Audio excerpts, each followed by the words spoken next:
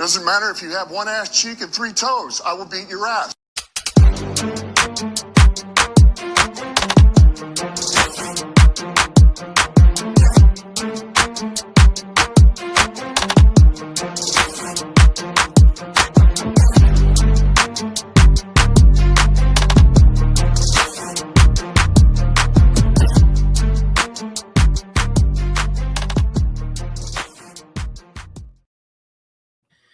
And welcome to the show. This is the One Ass Cheek and 3 Toes.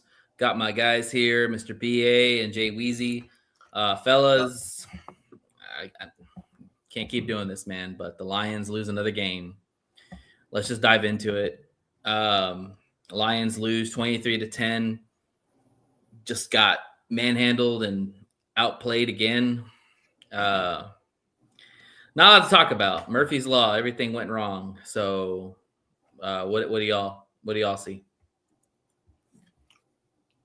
What's up, Austin? What's up? How you doing? Happy New Year, Jay. You want to go, Jay? Yeah, you want to go? I'll go. Yeah, I'll go. Truth be told, this season was a complete utter failure. Reason being, because we came in the season. Injuries, whatever happened, and we were one of the Super Bowl favorites. I'm not sure where they were. I can't really go back and see what they were when they first started the season, but expectation in this town was Super Bowl. You were getting Aiden Hutchinson back. You were getting a lot of pieces healthy back on defense and offense, whoever was missing. And the whole country wanted to see the Lions possibly go to the Super Bowl this season. Didn't do it. Now, obviously, we know injuries happen throughout the season, but not only the injuries, but I mean, really, let's be honest. Replacing coordinators played a big part in that, too. During halfway through the season, you had the head coach taking the offensive plays away from the coordinator, not giving him a chance, whether you agree with it or not. And, I mean, really, since then, the ship just sank right after that. If you really think about it, the offense didn't seem like they were playing with fire. Offense didn't seem like that they were really motivated enough. Even though you had a couple Pro Bowlers out there, the offense looked sluggish. It looked slow plenty of times. Predictable play calling held them back. It was a lot of things. So everything leading up into this Minnesota game was just kind of the epitome of what the actual – because you got Brosmer out there, a third-string quarterback going out there only passing for 3 yards. And they had negative 3 yards passing up until the fourth quarter. You understand what I'm saying? You didn't have Justin Jefferson out there catching passes, Jordan Addison catching passes, Hawkinson. That offense didn't look good at all. You know what really looked good? The defense. Defense went out there, got, 6 turnovers? Yep. Forced 6 turnovers, man. And that was not the Lions. I don't care what anyone said. That was not that Lions team that we seen earlier in the year, and it wasn't the Lions team we seen last year. So, yeah, man, it was heartbreaking because even if the Lions were to lose, I wouldn't be upset. It was how you lost. Right. It was with everything on the line, your playoff hope still on the line, your pride to play for it, everything that you said you stand for whenever it came to biting kneecaps off, playing with grit, not being hard to find, you lost your way. And it was heartbreaking because how do you bounce back from something like this? Yep. Go ahead, B. Well, all I gotta say is, I kind of put this pretty much on the coaches this season. Dan Campbell's going to have to sit there and look himself in the mirror and find out what he did wrong during the season because he did quite a few things wrong in the season. I mean, taking the play calling away from Morton. That was to me. I didn't like that call at all. Let the guy fall on his face if he's going to fall on his face. And just leave him alone until you give him a reason to take that play calling duty. Why the hell did you even hire him on the staff if you thought that he wasn't going to do what he was going to do? He's not Ben Johnson. Okay, let's get that straight. But he's capable of running the offense way the hell better than you did. Okay, he won 4 games in a row. He ended up 5-3 by the time you took the reins away from you. And then, Dan, look what you did, man. You're predictable on play calling. You turned out to be 3-5. I don't give a damn about the stats going up. That's just because the players are getting better as the season was going on. Well, you have good talent around, so yeah, your offense is. And 3 and 5, dude. 3 and 5 coaches are based on their wins and losses. Okay, players aren't. The coaches are. Right. And when you're 3 and 5 after you take over the play calling, that should tell you something right there. You can't run the ball. Jameer didn't have no kind of game in the last 4 games, and some of that I kind of blame on him too, just a little bit, because you have to go out there and find you some holes. You know, everybody wants to compare him to Barry Sanders, which I never do anyway. Let me just throw that in there real quick, B, because I think with Jahmyr Gibbs. The fact is, Dan's a green play caller. Again, we talked about he hasn't been play calling a lot for the Lions. This is where a legit play caller comes into play, because when you take away somebody's left hand, you have to find ways to utilize the other players. And Dan, I love Dan, but he is not that type of guy. He is not an X's and O's scheme kind of dude. Nope. And that's where you need a guy to scheme it up. And he didn't do that. And so everybody just took away Jahmyr Gibbs all the time. Yeah. That is okay. And one thing that really kind of ticked me off, B, like, I'm not going to say I placed a lot of blame on Jahmyr Gibbs, because he was only doing what the coach told him to. He could only run the plays that they threw up for him. He was very effective on the outside, bouncing out to the outside. David Montgomery is the guy that you want to run in the A and B gaps right up the middle, because he can average 4.5, 5 yards per carry. But for some odd reason, they went away with that, and they used Jahmyr Gibbs as the power horse and rarely used David Montgomery. I was puzzled. I don't know why, but why? I want to know why that happened. So yeah, he's not a scheme guy. He doesn't know how to scheme up players and get them in better positions. If that's the case, if that's the case, I want to know, what do you do going forward from here after this week when they play this? Well, they got to get a play caller. That's what they got to do. Period. Exactly. And do Dan Campbell go out and get a play caller, or is he going to take this learning experience here, like he says, and take it into next season to try to get better and try to, go into next season being a play caller again? If he does that, he's going to mess this team all up. He's not. He's going to lose a lot of players. He's going to go get a play caller. He's going to lose a lot of players. He is a head coach. He's one of those head coaches that you motivate your coaches and you motivate your players, and you look over the game plan and say, okay, this is cool, this is cool, this is cool. And you might throw in a couple of, fourth down plays, because that's what kind of guy you are. But other than that, you leave the offensive and the defensive coordinator alone. Let them do their job. That's what they're there for. I agree. Or just offer encouragement, or offer some kind of, maybe suggestions. But yeah, you don't want to take away anybody's calling duties. That, like Jay said, that's why you hire him for the reason. He needs to, if you ask me, I think he needs to pull a Nick Sirianni and go out there and hire someone to go out there and do the play calling, because Nick Sirianni's fucking OC. He's kind of in the same boat. Yeah. Like, last year he had Kellen Moore, right?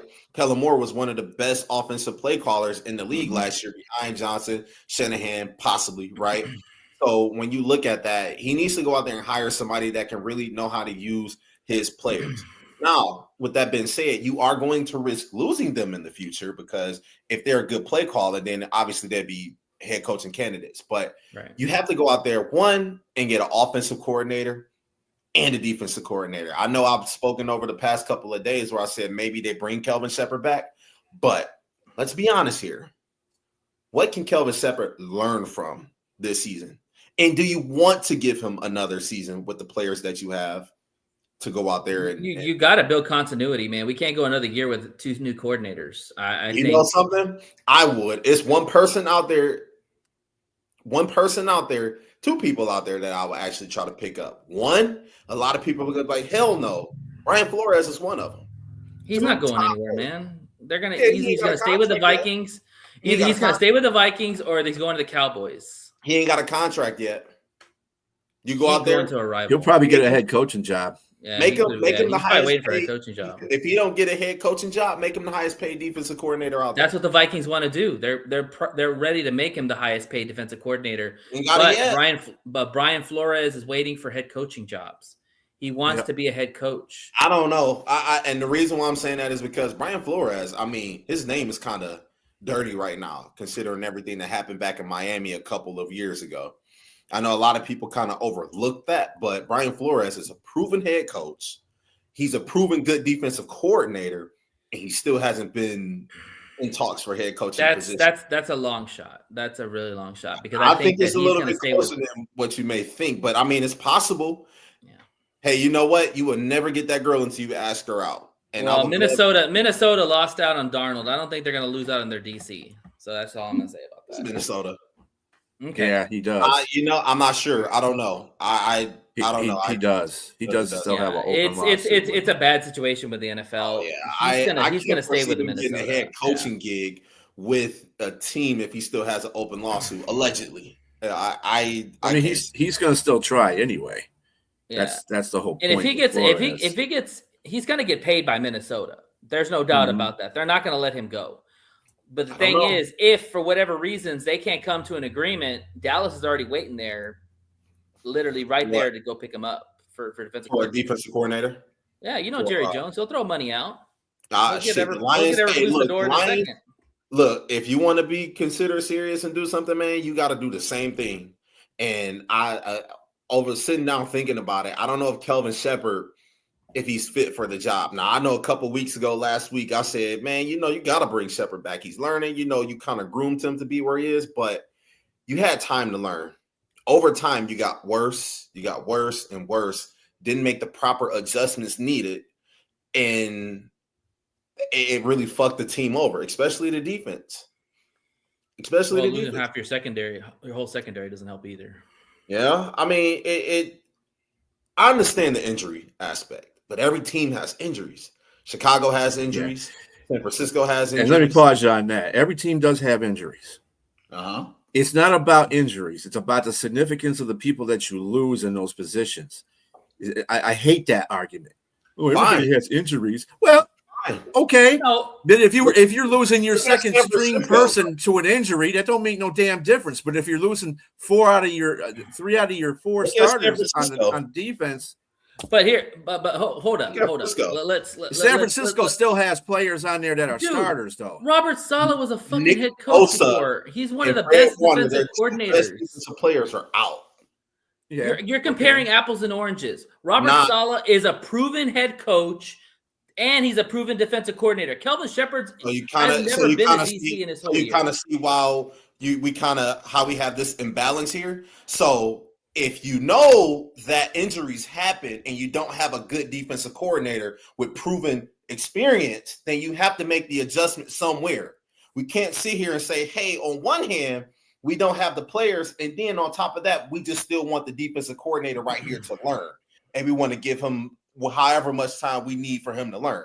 Something has to give somewhere, because while there may be injuries on a team, yes, it'll happen anywhere.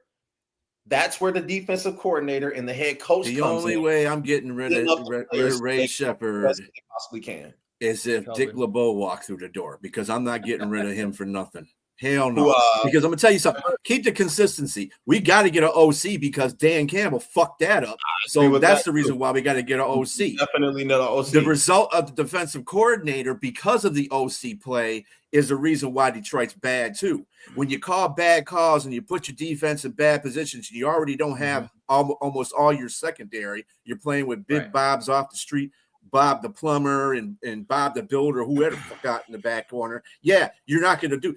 We had too many injuries at one area of our team that screwed us up. If you remember last year, Kirby and Brian Branch played the whole season just about. No Carlton Davis, and they didn't have. But the Carlton Davis didn't make it. I could care fuck about the Carlton Davis. I could care. Arnold played all right. When he was out, Amika Robinson played great last year. But you know the reason why those players played right? He's the only one that played great last year. Yeah. Because guess who was back there? Kirby and Brian Branch. That's why. Those are the guys that are quarterback of that area. Was good, but if you remember also, there was a couple of people who were out as well, even at the linebacking core. The only one you had starting that was a part of the linebackers was Anzalone until he went down for a couple of weeks with a forearm. I'm gonna ask you a question. You take away somebody's whole secondary, you think they're gonna win games? It's possible that they can, depending on how good their front four is. Name me one team that lost their whole secondary and one got to the playoffs.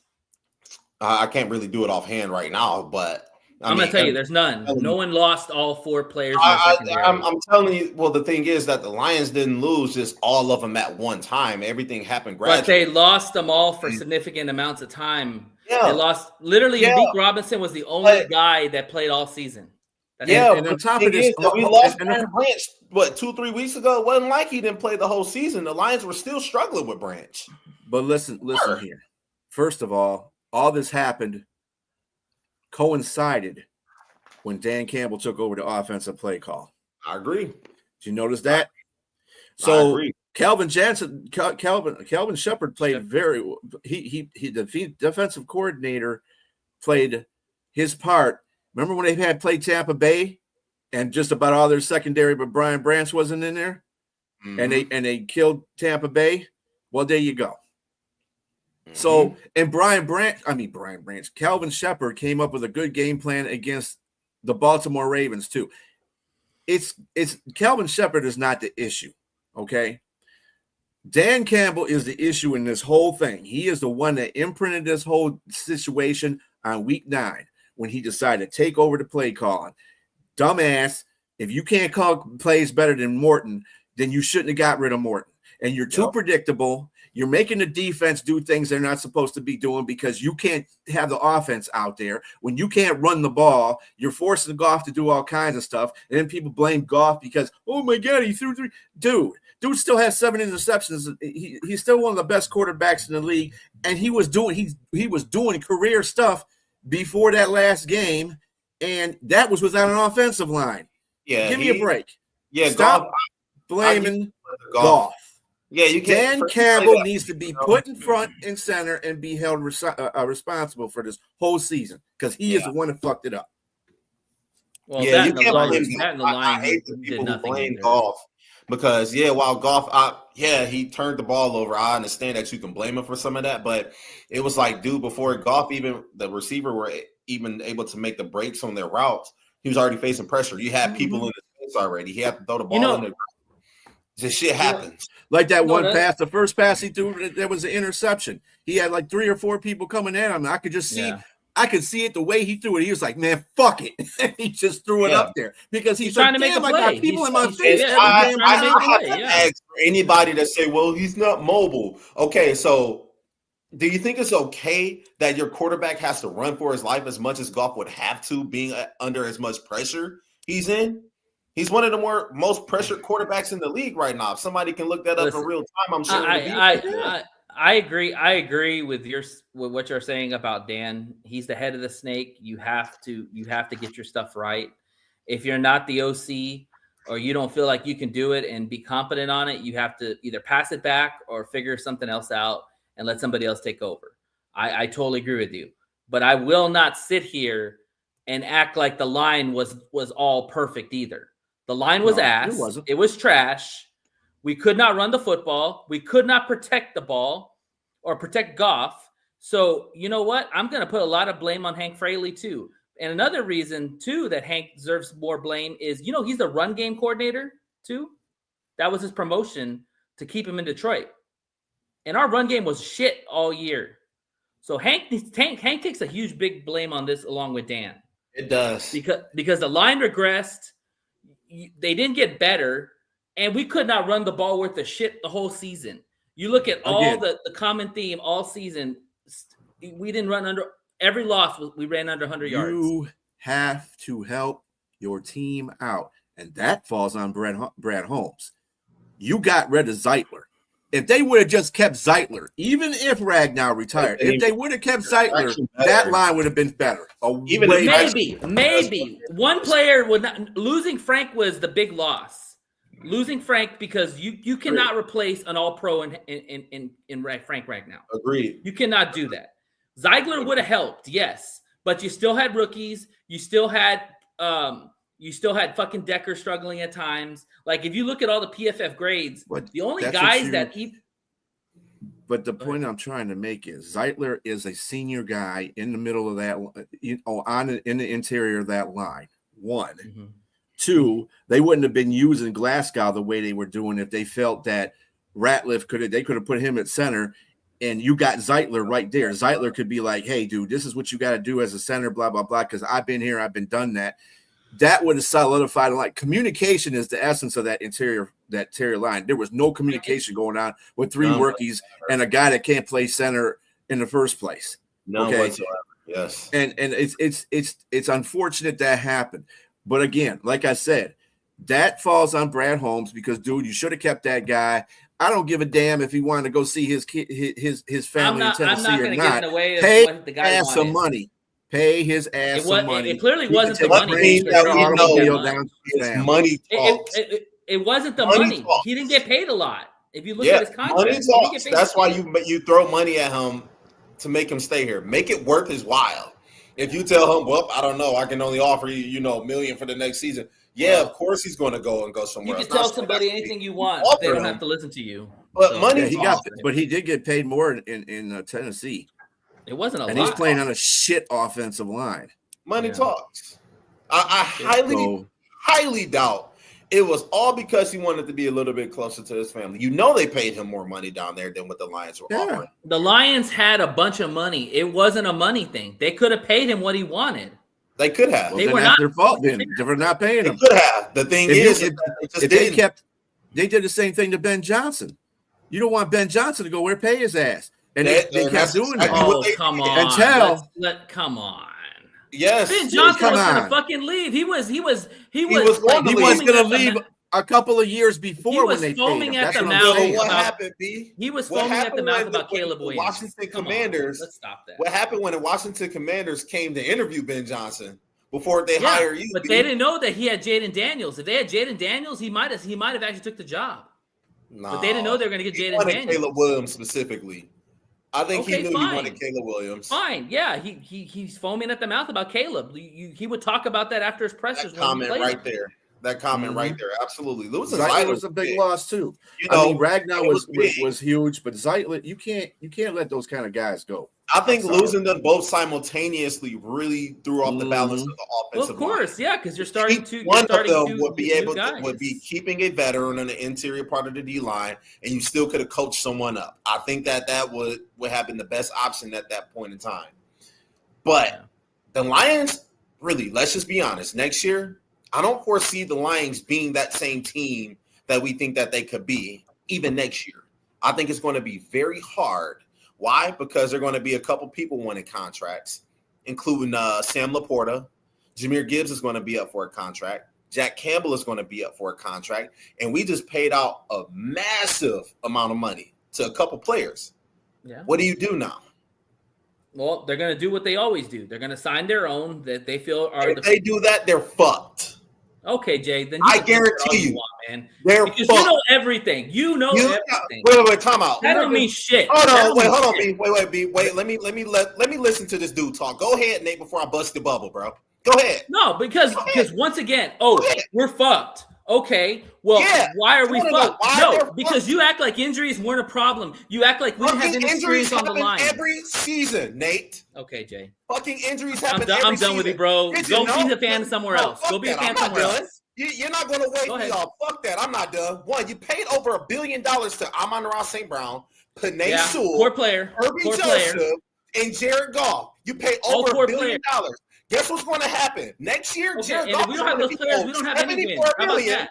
Jared Goff is going to be owed $74 million, which is they're going to have to reconstruct his contract. Guess who else is going to be looking for a contract? Oh yeah, the hurt Brian Branch who's coming off of an Achilles injury. Then Sam Laporta is going to want a bag. Who do you fucking pay? Jahmyr Gibbs is going to want a bag. That's why they're the front office. They'll have to figure it out. Why the fuck time out. Why the fuck would you make Jahmyr Gibbs the highest paid running back in the league, knowing damn well he can go on a franchise tag for 5? He can go on a franchise tag on his 5th year. They're going to look at every option, Jay, but they're going to sign their own players. I've told you over and over again. That's what they do. That's why they'll be players. You want to know why? Because we did that this year. What happened to us? People got hurt, right or wrong. All right. And I think one of those guys we paid a massive amount of money to got hurt too and didn't get to play the whole season. He only played like 4 games. What was his name, Nate? Who's the highest paid safety in the league right now, Nate? Kirby Joseph. Okay, what happened to Kirby Joseph? He got fucking hurt. Okay, thank you very much. So why would you Okay, risk but did we see that happening when we paid him the money? No, we hurt. did not. Huh? We did not see him getting hurt. Shit Well, happens. first of all- It's football. Well, first of all, Kirby Joseph getting hurt. If teams want to keep players and like Jahmyr Gibbs, I don't know about Sam Laporta too much. But find a way to keep them. they're gonna there's guys that can be axed that aren't as detrimental to the team, and they can still keep players that are. Jahmyr Gibbs will stay. They're going to cut a lot of veterans. They're going to cut a lot. They of veterans. are going to, what they're going to do is if this team wants to win, they're probably going to go to the veterans that have already got contracts that just got signed and say if they want to take rearrange their pay their contracts so that they can get some more money out so they can pay the guys that they need to be on the team. That happens to every team. Okay, every team does that. That's not the problem, but you are going to have to get rid of people. So, to me, I like Sam Laporta, but I'm going to tell you something. Our offense struggled without Sam Laporta big time. Our offense did not struggle without Sam Laporta. Sam Laporta is a guy that you can get rid of because he's not. I mean, Hawkinson wasn't that great. I know Sam Laporta was a little bit better. No. You can use tight ends. You can get good tight ends. Here's the thing. Y'all want to get rid of good players. None of y'all give me any fucking names of who you want to replace them with. Thing is that we're not scouts. I don't have. Well, then don't act like a GM either. I don't have the scoop on everything in the league. I don't get paid. You're acting like a GM, saying what we can't do and we can't do. Right. I'm saying the GM will have to make those decisions. They will have to sit down, like Dan said. Don't make the assumption of what decisions they're going to make, Nate. That's the point I'm trying to make. Well, I'm assuming Sam Laporta is going to be at the top of their list. I'm not assuming shit. I assumed we were going to be in the playoffs this year. What happened? Oh, God. Yeah, that's what I'm saying. And I'm going to tell you something. All this stemmed from last year. What we got was the bad part of what happened last year in the playoffs. Sure, it's been San Francisco. No. I'm not talking about that. I'm talking about the fact that the leadership allowed two coordinators to go talk to people to get hired, and then when they want to come to play in a playoff game, they didn't give a shit because they already got their damn. But that's the process of the NFL. Money. They didn't make an exception to do that. You can do that in the NFL. I guarantee you, any hot coordinator will be interviewing before their playoff game. And that's they right. can do no, it. but you as a team. Are they? I know one person that hasn't been interviewed yet, and he's been linked to the job. You know what his name is? Jesse Minter, who's been talking to him. He's not over, genius. Well, the same thing happened last season, genius. The fuck are you talking about, Nate? Because the playoffs haven't even started. B, hold on, real quick, B. I want to address something really quick, Nate. Don't do that, Nate. Do not fucking do that at all. I don't do well with comments like that, okay? Well, so you're going to keep it respectful. That's what you're going to do, okay? I didn't say anything. Hope I make myself clear. Yeah, I hope I make myself clear because that's a clear insult, and you will not fucking do that. Okay, Jay, calm down. On this show, we clear on that, right? Because that's not going to happen.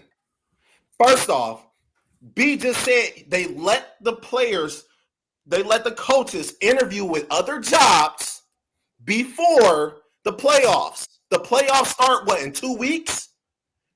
Yeah. Jesse Minter hasn't interviewed yet. Other hot coaching candidates hasn't interviewed yet. And he probably will interview if they go farther in the playoffs. I'm just saying it's not an exception that the Lions did that out of nowhere. It's not an NFL rule. However, it is up to the owner and the GM of the team to allow them to do that. And that's where they fucked up. That's what I'm saying. Thank you. You use both your offensive and your defensive coordinators to go look for jobs, and then they get hired. And then when they come to a playoff game, they're half-assed. Come on. And that extrudes onto the team. When you have that half our defense didn't matter either, right? Ben Johnson was like, man, fuck it. Just go out there and toss the ball around. I don't give a damn. Basically, that's kind of what it was like. What does he have to play for? I mean, what does he have to do a resume for? He already got a job somewhere else. What do he need to coach for here? That's all I'm saying. There's a lot of things that the top brass is starting to do that I'm starting to see that I don't like. And they need to stop that shit. They need to get that right. Because this is fucking a team up. Okay. All right. Let's move on. Let's go on to the. Yeah, we ain't gonna make comments like that though. We're not gonna do that. Jay, will you stop, dog? No, Just stop. no. I will stop. not, because you have went on too long with that disrespectful shit, and I'm not doing that. I haven't said nothing disrespectful to you in any kind of manner. I'm just talking to you, and you're coming at me. You're the one that's being aggressive. You made the comment while he was still here, genius. Don't do that shit. Don't do the that. Truth. He's still here. He's still here. Don't do that shit. We obviously have two different philosophies when it comes to that, and you're going to show me some respect. That's mandatory. All right. Moving on. Jeez, you didn't think you were going to be listening to all this, did you, fans? Yeah, no. Let's see. We on the Pic'ems now? We doing the Pic'ems? Yeah. Okay. Hi, Liz. What's up, Liz? Hey guys, what's up? What's going on, Liz? You know what's up. I don't know what's happening. What you doing? I have Anyway. no comment.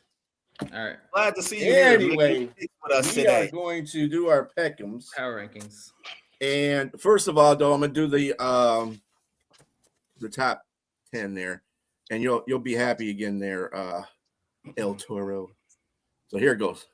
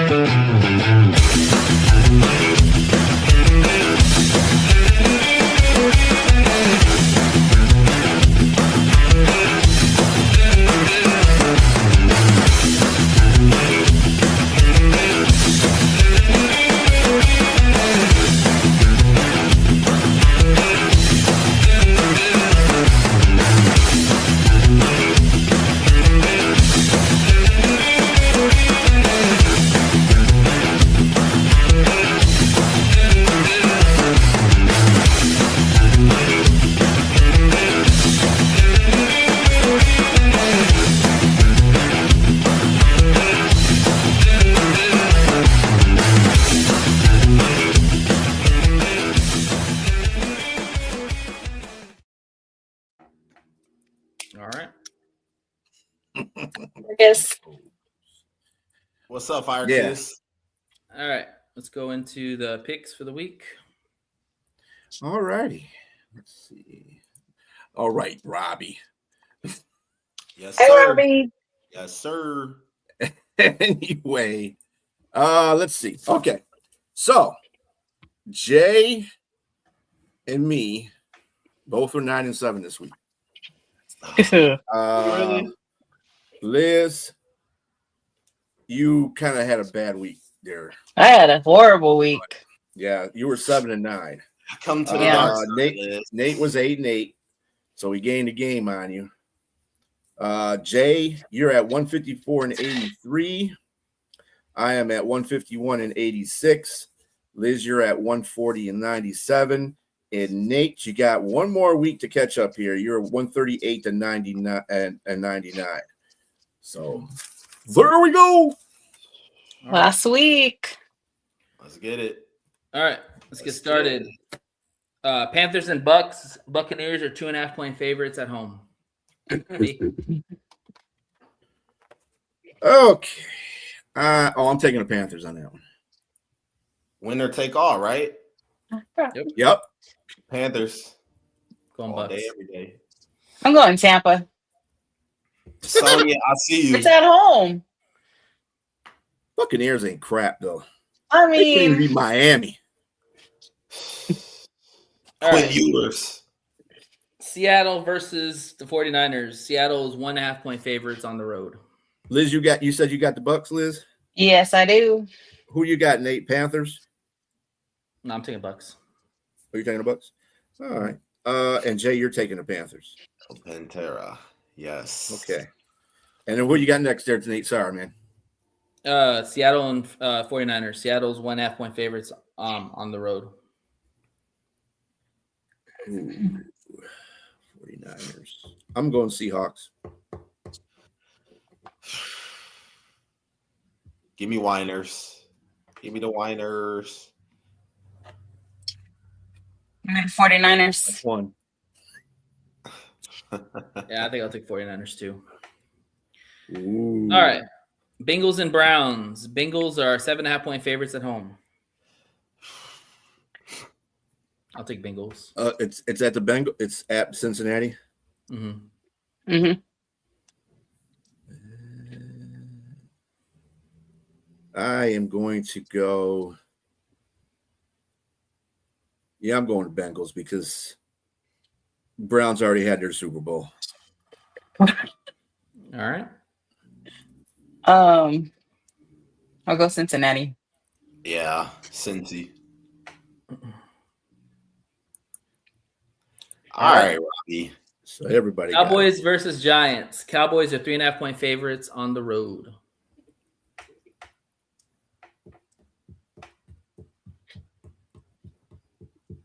At the Giants. Okay. Giants disappointed me last week. Well, no, they didn't disappoint me last week. I won. Actually, I should have picked them. I hate picking Tuesday games because then when I pick them again later on in the week, I'm doing another show. You get your senses together. You know what I'm saying? Because I picked the Giants in my other show on Sunday. So you don't know the injury report either. Yeah, it's true, but it doesn't make a difference. I kind of figured that Giants were going to win anyway. I'm going with Cowboys. They still got a really good offense. I don't think they can stop. The Cowboys just got good offense right now, so I'll take Cowboys. Cowboys. Yeah, going Cowboys. All right. Packers versus Vikings. Vikings are 6.5-point favorites at home. Vikings.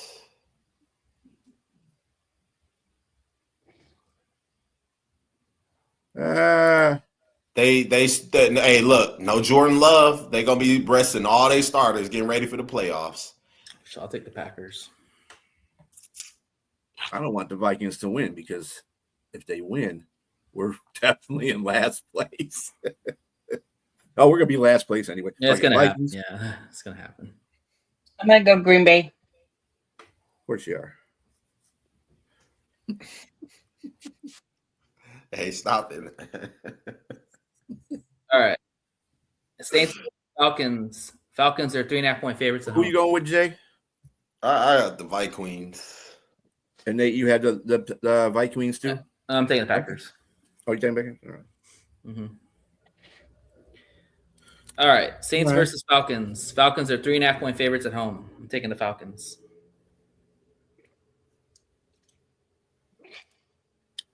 I'm taking the Saints. Yeah. House money. They ain't got shit to lose. Give me the Saints. I'm taking ATL. All right. Titans versus Jaguars. Jaguars are 12.5-point favorites at home. Son of a Taking the Jags. bitch. Ooh, we got Liz. I'll never pick the Jags. I wanna hear you. I want to hear you speak. I'm first. gonna pick the Titans. Of course you are. Who you got, Jay? Don't say me the Jags. You got the Jags too, Nate? Yeah, I'm taking the Jags. Okay.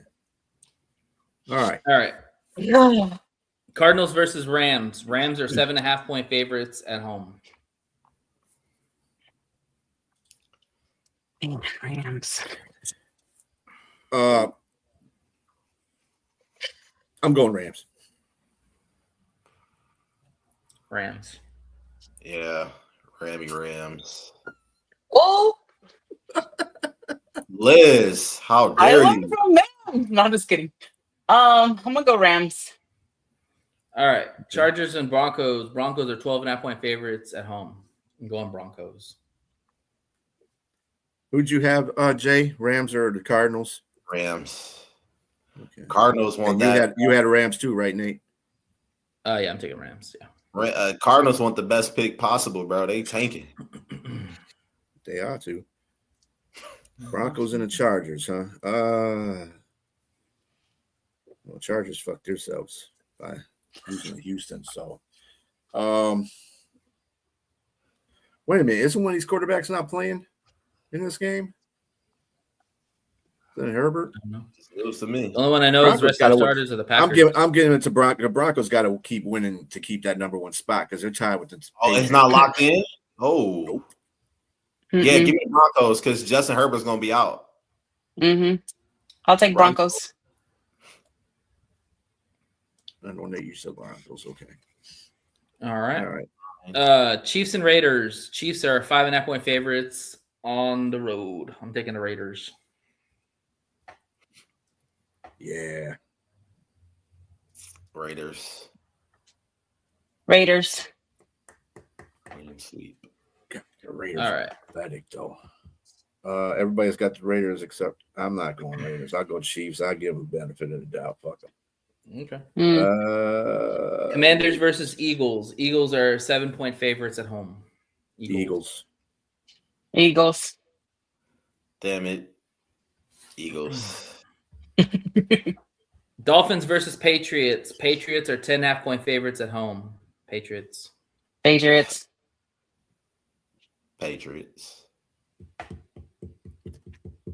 Who they playing? The Dolphins. Oh yeah.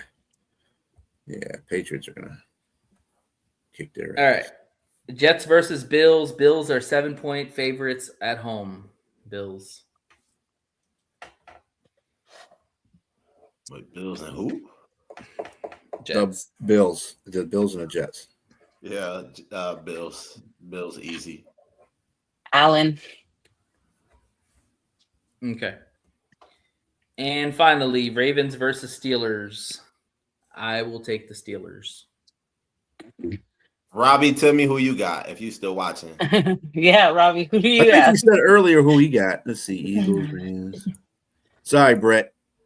I'm writing stuff down as I'm going along. So, yeah, Herbert isn't playing. I didn't think he was. I think he had it up here what he was doing.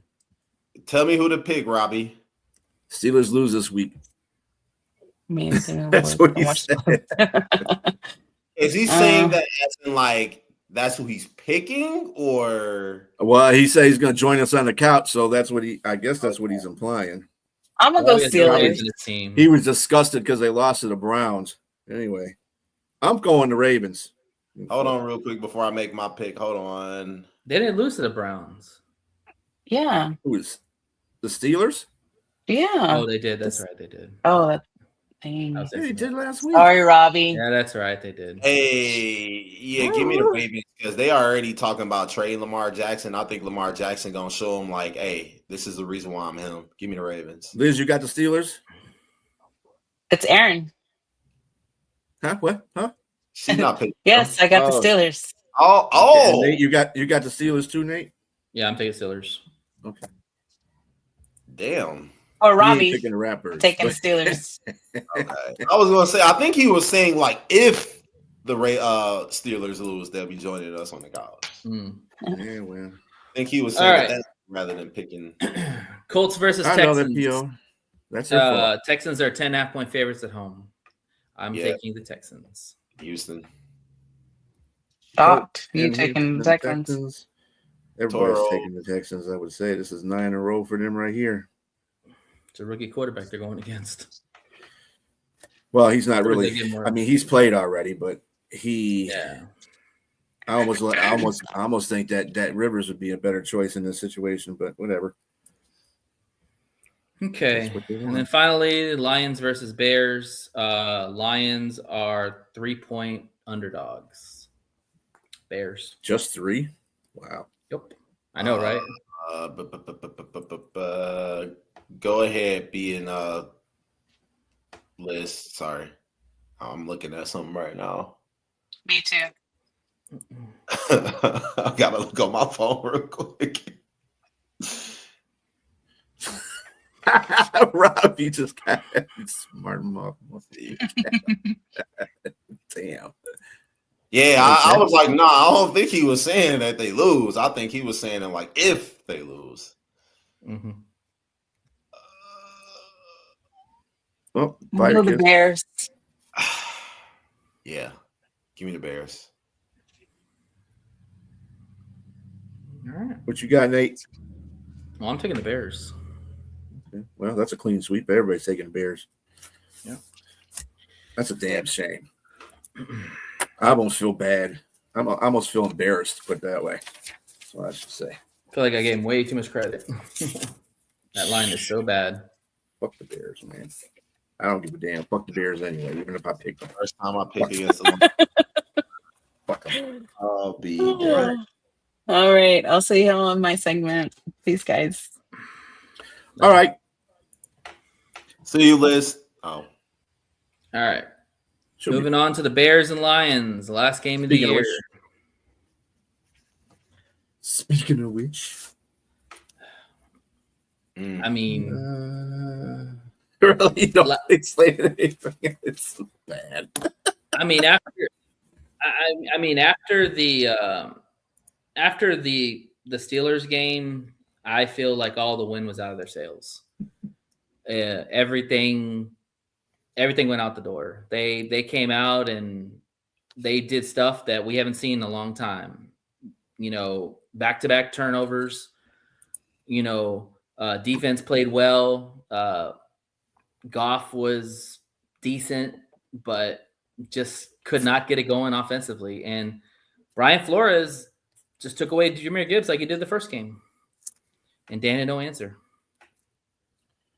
So I expect them to do the same thing against Chicago. And you know that they remember the 52 points we put up on their asses on week 2. Yeah, we sure the hell do. So, That wasn't done by Dan, though. no, That it was done wasn't, by Morton. But yeah, it was talked about a lot amongst the airwaves. So they put that stuff on the board. I mean, you got to put Ben, bulletin and board Ben's material petty. up there. Ben's petty. Like he'll take that stuff and he'll run with it. So yeah, I expect an ass. I mean, I feel he's just as petty as Dan is, though. I think that's the reason, part of the reason why Dan took over the play calling duties. I just he's just as petty. I can see where that comes from. But anyway, yeah. I mean, I expect the Lions. I think the Lions are going to go out there and be professionals. I do think this is going to be a close game because I don't think the Lions are going to quit on their team. I think they're pretty pissed off they didn't make the playoffs. I think they're pissed off because people are talking cash money shit about them, and they don't like that. And this is a division foe in Chicago, and it's Ben Johnson. You don't think there's a amount of pettiness going on by them too? Absolutely. I'm sure I remember the first time they met. Amon St. Brown practically said, "Fuck Ben Johnson." That's what he basically said. Yeah. We can do this on our own. There's a lot of reason for the Bears to come out and beat the shit out of us because, you know, I do hope it's competitive, but when you watch that Bears offense against that Niners Robert Saleh defense, they shredded the shit out of that defense. I mean, and offensively, we're going to turn the ball over. And it's going to cost us. We did it against Minnesota. The Bears live off turnovers. That's the only way their defense looks half decent is because they turnovers. Well, I think the thing that's different. This game will be a little bit different. It's just pasta.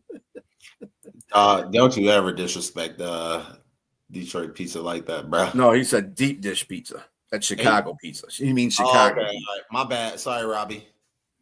No, I just think that the Flores defense is different than what Chicago's guys' defense. Yes, they're a team that does a lot with the turnovers, and I think that's what happens. What you have to do when you're not that great of a defense, you have to find other ways to get the ball, because at the same time, San Francisco was running up and down the field in their defense too. Let's not get it twisted. And they're not even as good as an offense. But I don't care about the offensive side. I'm talking about on the defensive side. We're gonna have to stop that offense of the Chicago Bears, one of the top rushing off attacks in the NFL. Caleb Williams, you can't sack the guy. We don't have a secondary. I mean, I don't know who's going to be playing for receiver. I mean, I know Burden he got hurt at the end. But Ja'Day Walker can play. Moore's going to be out there. They're probably going to get Roma Dunze back for this game. I just don't think we're going to have the bodies on defense to stop anything that the Bears do. That's just my opinion. said. And I mean, it's let's not. be honest. Let's be not honest. doom and gloom. Playing out in Chicago has always been one of Detroit's kryptonites, and it's going to be cold. Obviously, Windy City is going to be really cold. There's going to be a lot of the weather elements that'll kind of affect the game. I mean, I think the Lions are going to have to run the ball, and if they don't run the ball effectively, that's going to be their whole offense right there. And that's the problem is we haven't that'll run the be the ball key. effectively. I think, And you can run the ball. You can run a ball effectively against Chicago. Yeah, McCaffrey had Like a I said, great game against them. They're not a very good defense. What they make up in defense is the turnover aspect, because the defensive coordinators got them going for the turnovers. That he's got them focused on turnover, because he knows that defense is not that great. Kind of the same way, defense. like last year with the Lions. Remember, our defense wasn't that great, but we got a lot of turnovers. We were very optimistic, and that's the same thing Chicago's doing. It's the same blueprint that the Lions are using. So, I mean, just hold on to the ball. Keep it like you're supposed to. Jameer's probably going to have a pretty good game in this one. I would use Monty a whole lot more, bulldoze, and this be a good game. Monty needs to go against his old team, and just take it to him like he's been doing it, and get more involved with the running backs. Make the job a little bit easier for Goff, so he's not looking at like 20 players coming at him at one time. Run the damn ball. If they can do that, they can win. They can win the game. But on the consideration of the whole thing going on with Chicago, I think they're a better team than we saw them when we beat them 52-28. So offensively, Caleb's a lot more confident. Yeah. So what you got to do? I would like to see them run that defense they did against Lamar Jackson in Baltimore. That's what I want to see. They sacked him 8 times. He's a running quarterback. He's a way hell of a lot better quarterback than Caleb is. Yeah, so I agree. I would definitely want to see a defensive game from the Lions to see how well their defense do. Yeah. But something, B, you said something very, very important. You were saying that they cause a lot of turnovers. So I kind of look at Jacksonville and I look at Chicago kind of the same, similar. They live off of creating turnovers. Limit the turnovers. If they can really just run the ball, get first downs, move the chains, I think they got a good chance of winning. But how well do our defense stand against their offense, knowing how banged up they are? Knowing that, like Nate just said, that Odunze probably comes back. That can never say his name right. What's their running back name? Manungai. Yeah, Manungai. Never say it, but I don't want to butcher his name. But him, Swift, I think they're going to be very important as well in this game. Not to mention, Loveland has really come out himself and really looked like a decent tight end. So, and with that offense, and I can see if this game didn't mean anything to Chicago, then I'd say, hey, maybe they could get away with missing a couple of players, but they're still looking at Seaton, and this is going to be really important. So, this is a nightmare matchup. I'm just going to be honest. The way I look at it is there's 2 things the Lions defense has done better lately is take the ball away and sacks. They got 2 guys over 10 sacks for the season. The problem is that Caleb does not get sacked and he doesn't throw picks. So you're basically going to have to stop him by just playing a better game. They can possibly do that. But again, the secondary is going to be the question. Can the secondary hold up? They did a pretty good job against Minnesota. I mean, Jefferson, maybe had 30 yards or something like that? He didn't do that well at all. Their biggest play was Addison's end around. I think what Shep's going to have to do, he's going to have to go into veteran mode. In other words, he can't rely on his rookie ability to have. He's got to confuse Caleb. He's got to confuse Caleb a lot, and Caleb's still young, so you can confuse him in different defenses. So he's got to learn how to kind of switch it up out there on the defense where Caleb is not. He thinks he sees something, and then you pull out into something else, and he gets confused. It's the only way we're going to be able to stop him or slow him down. I think we have to rush to contain. We can't rush to rush. We have to rush to contain because you've got to keep him in the pocket. I mean, I really wish Drew would have came on the show because I want to talk to him about Caleb. I think Caleb has improved a lot this season, but the reality is that he still is bad in the intermediate throws. He still misses layup throws. Like he can dart it down the field 60, 70 yards, but he can't make an easy 5-yard hitch or a 10-yard out. Like he missed that pass against the Niners where it would have got Duvernay in the end zone. Literally, Duvernay could have walked in. Missed that. He missed Ja'Day Walker wide open on the other side. So and that's what I'm saying. Yeah. But it's going to be a tough task. Salah's a damn good defensive coordinator. I don't care who he has on defense, and he got shredded. He got his lunch handed to him in that game. You know, it's pretty funny too because the defensive coordinator that we're facing, actually, Dennis Allen is Dennis Allen. Yeah, he was with Dan in New Orleans. Yeah. But I'm talking about the defensive coordinator they had before Salah came back, the one that AG just let go, and we shredded that. We shredded San Francisco when we were in San Francisco. Yeah, Wilkes. Okay. And I mean, it was basically the offense that messed up in the second half, but they had no answer for that offense. And if that offense can be like that against them, you know, I'm Derek. Allen is okay. Dennis Allen's okay. I wouldn't consider him he's better than what we got right now, considering the level of. He's a veteran. He's a veteran defensive coordinator. He's a veteran guy. We got a rookie, but other than that, I don't know, man. You can still run on them pretty effectively. I think it's going to come down to if we can protect Goff. That's what it comes down to every game. Can we protect Goff? If we can protect Goff, he can make the intermediate throws. He can make the downfield throws. I mean, Brock Purdy was like balling out that game. He was diving. After that interception, that pick six for a touchdown, he settled the hell down. Was throwing dimes out there. Yeah. So Goff can throw on him. The problem is, can we give him enough time and can we run the freaking football? That's the big question. Running the football is going to be important in this game. I believe that's Jay. I think you're right about that right there. They got to run the football better. Got to run it. It's very important. That's what our offense does. We need to have that in our offense. You can't. That's a lot. It's based on running the football. If they can do that, I'm gonna regret my pick because if that offense starts firing. That offense starts firing like that. They can run the ball. After the Vikings game, I pretty much gave up on any hope of the Lions. Like that game was terrible. Like your defense allows 3 yards all game, and you still fucking lose by 13 points. Look, and you know what's funny about that? It's called everything comes back to where it's at again, the circle of life. So it was after the first Minnesota game that Morton got fired. And that was because nobody came to play. That game, you can tell.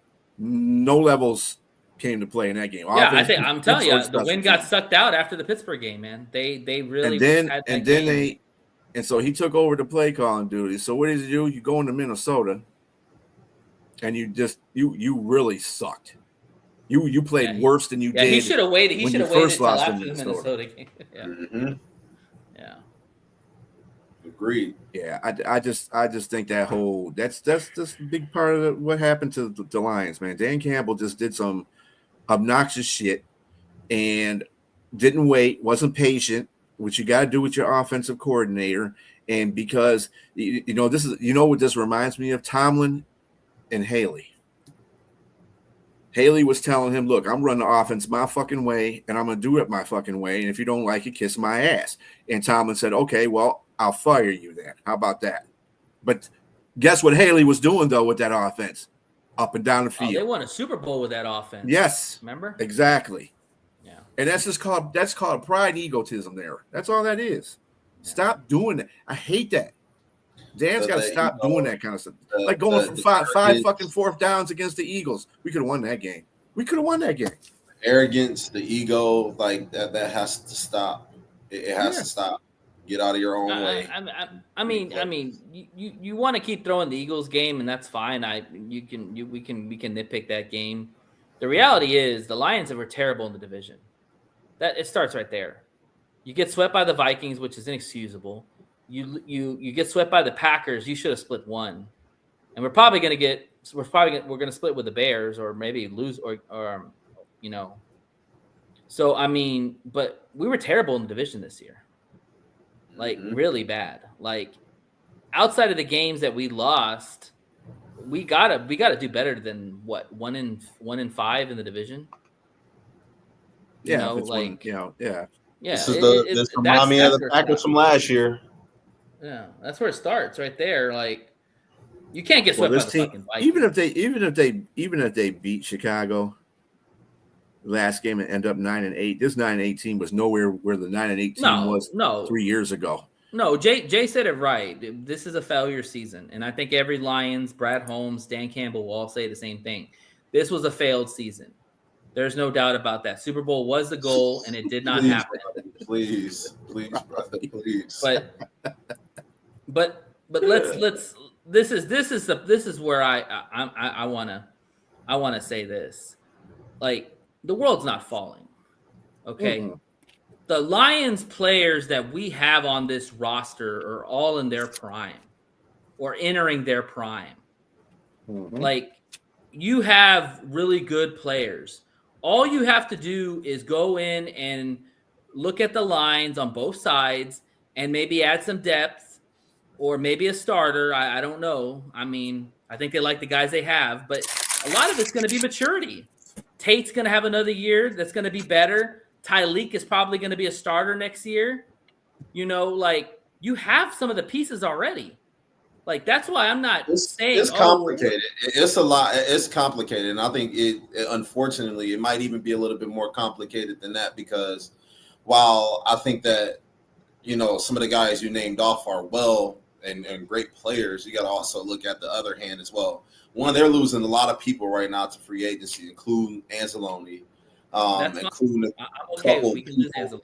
But like, what do you do with players? Like, I got two names for you. What do you do with Montgomery, and then what do you do with Aleem McNeil? Montgomery's under contract. He's still there. He's under contract, but they didn't even use him this season. I don't see how they would schematically just up his game time next year and everything. He's already hinted at possibly requesting a trade.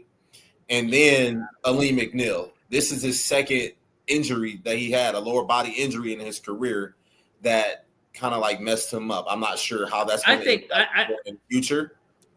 Yeah. I think when Shep said this about Aleem McNeil, like he's there, but his mind's not there. He said something about him, like he was struggling, just kind of getting back to his old play. I think ACLs are not all the same. People don't always come back for ACLs and are just balling out. I think it takes sometimes a year or two to kind of get your feel back. That's a big boy. That's not a running back. Right. If Aleem comes out next year and struggles, then we can have that conversation. But I'm going to give him a pass because he came back later in the season, and I just think that his mind's not all there. Maybe he's worried about his leg. I don't know, but I think he'll take this into the offseason. And I think that they're going to move off of Reader. I think Reader is pretty much probably done. He's a casualty. Mm-hmm. And I think that Tyleek and Aleem will be the anchors inside unless they bring in somebody else. They'll re-sign Roy Lopez for a cheap deal. They should re-sign Roy Lopez. He was one of the best defensive tackles that we had on the team. They're going to re-sign Muhammad, which they should too. He had 11 sacks this year. You don't let somebody go out the door when he had 11 sacks. They're going to have Hassasin. They'll probably draft another end. You'll have Aiden. Like, that's what I'm saying is a lot of the pieces are already here. Like, and on the O-line, I think of a lot of it's maturity. You're going to probably draft a tackle because I think Decker's done. I think Decker's going to retire in this offseason. They have to get a center too. They have to get a center. They'll probably get a center. They have Tate, who's going to be there. Sewell will probably go to left tackle. So you'll probably whoever drafts is going to be a right tackle, or they get somebody else. Maybe it's Manu, maybe it's Skipper. I don't know. I'm just throwing some names out there. I think Frazier is going to – I agree with you, B. I think Frazier will take that other left guard spot. And then you got Tate at the other guard spot. So all you got to do is just find a center. And who knows? Maybe Frank comes back. We don't know. We just don't know. You know, he tried to come back this year. Maybe he comes back again. He's only 29. So I mean, there's options there. The thing is what I want to tell Lions fans is that you can't just fruit basket the whole fucking team. Because if you fruit basket the whole team, then you're going to lose more games next year. Because a lot of the games that we won were because of the guys we have. Jack Campbell's going to be an all-pro. Laporta was playing well and getting better until he got fucking hurt. Brian Branch, if he just keeps his head on straight, is one of the best Swiss Army knives you have on defense. Kirby Joseph is the quarterback of your defense. And while that, I think that looks well, there are questions that we have to ask about those players as well. Like Sam Laporta just went through back surgery. Back surgery is one of the hardest surgeries to come off of, especially outside of an Achilles. But he's also young. That is going to be something that you have to ask. Like, will Sam Laporta come back as that person we need him to be? Not the person that we want him to be, but the person he needs to be. Is he still going to be the best third down target? Is he going to be? I think B said it right. They'll wait and see. Is he going to be as good as he was blocking? You know, that lumbar area, depending on where you're getting surgery, bro. Like if you can't hold up, bro, your whole body is done. Yeah. You know what I'm saying? Your back is the base. That's everything right there. And they can walk away from his contract if they don't want to pay him. That's not a big problem. Brian Branch having that Achilles tear, that is very big as well. You know, I can't name injury. Yeah. I can't name any player that has had an Achilles tear and came back the same player. You know, they may have played and still be good, but if they have been elite, that's a different story. You know, one being Tracy Walker. Remember, Tracy Walker was good. He had a promising career until he ruptured his Achilles, and then after that, he just kind of faded away. Now, obviously, Brian Branch is better, but that's just the significance of that type of injury. All injuries are different. It just depends on the body. It depends on the age. Kirby Joseph. Kirby Joseph, everybody was like, hey, you know, he's going to be back. He's going to participate. Then you see him with a knee brace on, you know, a couple weeks after he gets his injury. And then they're like, oh, you know what? We have to put him on IR. It sounds like that guy may not even play again. Not saying he won't, but that's just kind of how they're putting it out there. You know, I'm not worried about Kirby. I think Kirby will be fine. I need to be answered about that team, especially the defense. Yeah. Well, yeah. I mean, Kirby's going to be. You know, I like Brian Branch, but I think Kirby is the heart and soul of that secondary. Sure, that's what it is. It doesn't make a difference who you got as the corners half the damn time. And Joe Schmo, Bob the Builder, whoever you got on those, if he's back there, he covers for the he's directed. Yeah, he directs traffic really well. He's a very good safety in doing that. I do hope that DJ Reed gets his head out of his ass and starts playing like he was playing with the Jets. Now, if he can't do that, man, that was just a waste of free agent. He was a very big disappointment for me this year. He came out the blocks good, and then he just fell. I think that's another guy. Face. Another guy that recovered after the injury and just hasn't been the same. And Arnold needs to get his shit together. You know, Amik played okay. He didn't play great like he did last year, but he played okay. He held his own. Maddox is another guy that's, you know, I don't know if we can we keep him or not. He played okay too in spots. Whiteside, I don't give a damn when nobody says you can keep his ass. Need to keep him. He is a good corner that's not getting the playing time. He is a very good corner. He's probably going to play the UFL again. I've actually saw. You know, we do the all 22 on the NFL thing, and I watched him when he's in there. Dude has great instincts, really good instincts, and that's hard, you know, for a cornerback, a good cornerback to have. You have good instincts, man. You can't replace that. He needs to stay. But there's so many questions and answers that they don't have going into the season. I think though the main thing is Dan needs to look in the mirror and say, hey, what did I fuck up this year. And if Brad don't get in his ass about it, then that's going to be a problem too. Because Brad, hey, I know you guys are cool, but this is professional. You got to take this shit too. And Brad is another guy. He needs to start learning. Hey, look at Philadelphia. You know, we hate talking about Philadelphia. We hate Philadelphia, but they win, and they bring in people when they need to bring in. It's a certain, you know what I'm saying? And they draft well. It's a certain group of teams that win. They do whatever is necessary to win. They don't complain about money for next year or you know, whatever. And one being Philadelphia. As much as I hate that team, I hate that city. They do whatever they can to win.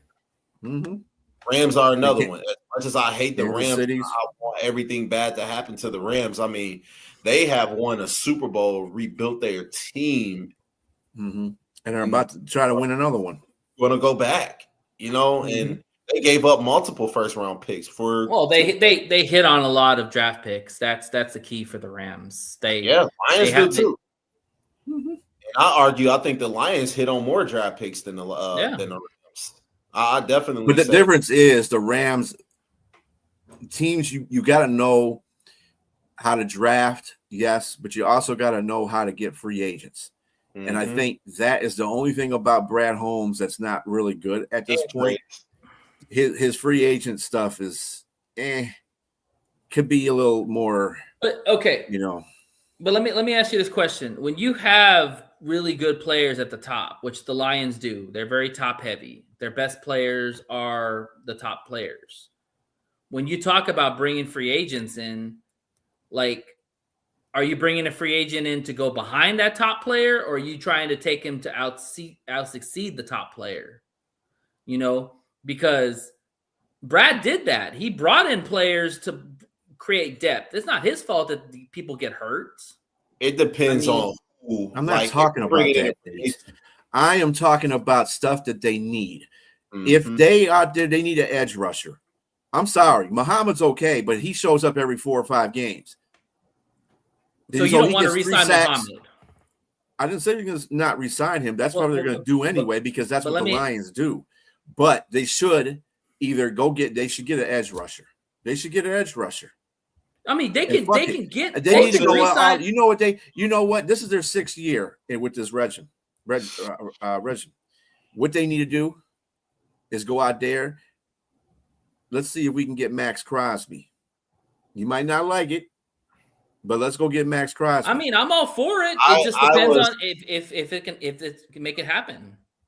I was cool with that, but I mean, right now I'm really I would like the idea, but I want to know if you can build that offensive line back to where it needs to be. That's another important part too. Yeah. You know, I said, both trenches have to be addressed in the offseason. Yeah, but I mean, fucking that offensive line was horrid this year, man. It really was. And while we have a lot of youth, I mean, there are 2 players they're going to more than likely have to replace. One being Taylor Decker, and then I know Glasgow, we got Ratledge, but you know, there's going to be a lot of stuff shaking up on that offensive line. It's going to take multiple years to fix the team to get them back to where they are. Like I said, I don't think we can't get Frank to come out of retirement, because really, if you look at it, Frank is the ultimate communicator on that line. You know, when you have the interior line being bad, it affects Penei Sewell and it affects Decker. Now, Decker's not anywhere near the level that Sewell is, but he's good enough. But then when that interior line folds up, they both look like shit.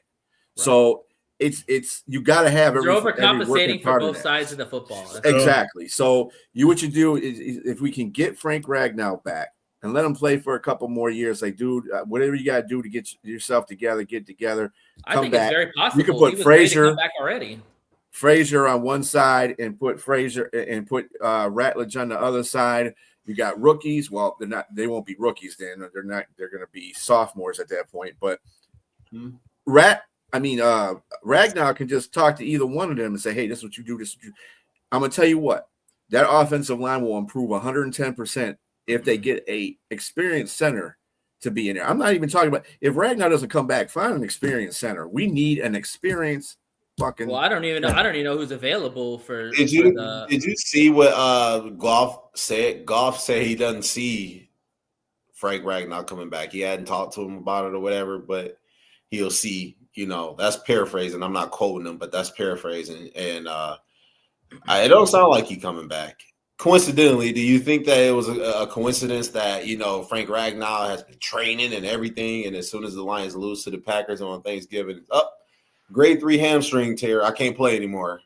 No, yeah, I think it kind of was like a coincidence because you have some kind of hamstring issue if it's a grade 3. I'm not buying that whole situation either, but I think that if anybody knows him, it would be Jared Goff because they always have these videos of them going fishing together. They have great communication with each other. Yeah. Absolutely. So I mean, if he says he doesn't feel like he's going to come back, he probably won't come back. But in saying that, I know the Lions need to draft an offensive lineman, whether it's the tackle, whether it's a guard, whether it's a center. If they draft a center, I agree. If they draft a center, I still want them.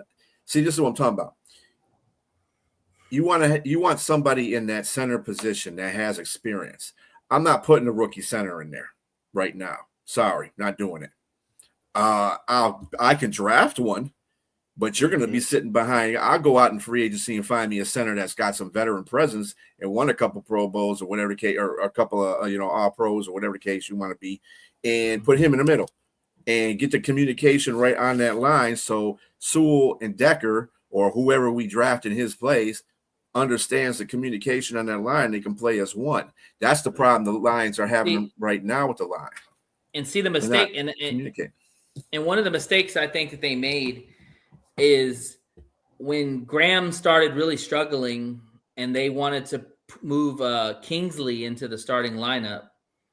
I think they should have just seen what Tate had, because at this point the season's lost. So you want to give live reps. You want to see how the guys fare against competition.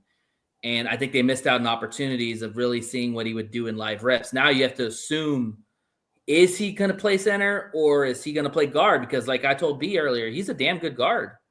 He's probably one of the better players we have on the roster, which Brad Holmes hit on, and so now you got to keep him at guard. So yeah, we got to go find a center. But I was just looking at the free agents for centers. They ain't shit out there.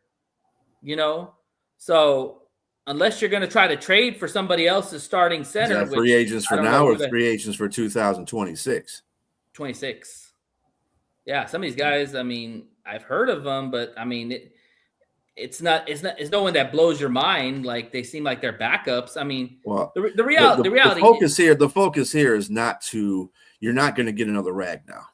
That's apparent. No, you don't want to trade for a center. That's the dumbest shit I ever heard, is trading for a center. I trading for offensive linemen. Who's going to trade their center if they're that damn good? I mean, they need a right, center, and that's the point I'm trying to make. Nobody's going to do it in the first fucking place, and then nobody does that anyway. It's dumb. It's irrelevant. But what they need to do is, even if it's a guy on there that's got some experience that won't cost you any games or anything like that by fucking up in the center position and can communicate to the rest of the line. That's what what the center is about.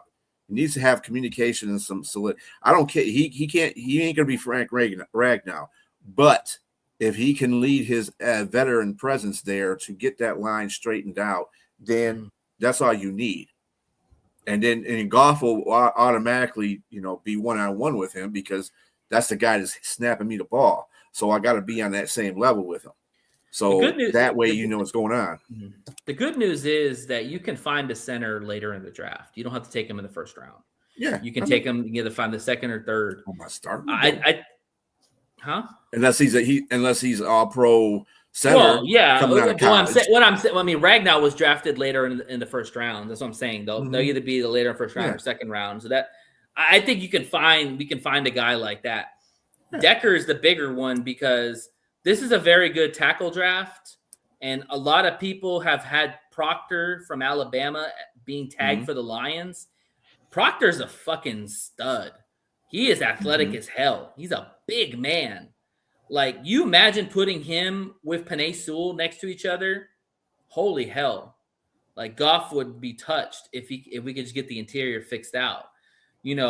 So it's going to have to be to the draft. And that is Brad's calling card. That's what he does. He finds gems in the draft.